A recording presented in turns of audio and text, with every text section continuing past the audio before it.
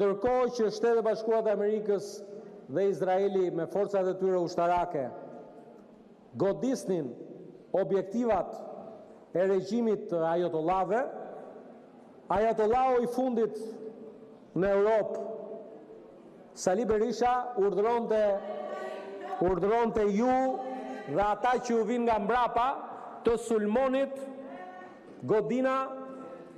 Ina nuk e pse bërtet ti, sepse në atë godin që sulmonte Saliu nga gjithë ne që jemi këtu, vetëm Saliu kishte brenda.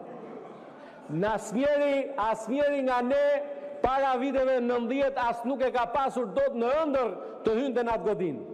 I vetmi që mund të hynte në atë godin, madje dhe të ngrohej pranë zjarrit bubulak të familjes së diktatorit, ishte ajatollahu në krye të partisë tuaj.